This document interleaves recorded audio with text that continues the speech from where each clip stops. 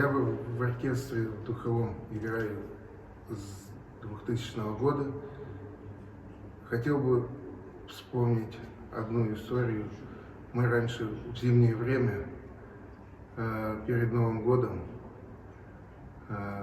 колонну водили Дед Морозов от библиотеки до площади.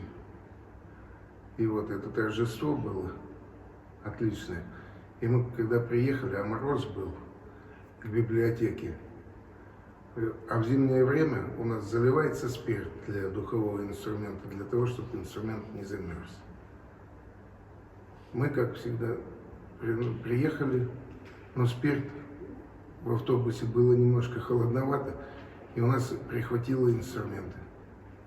А пока инструменты не отогреешь, спирт бесполезно заливать, потому что он не проходит по системе, где клапана, и бесполезно.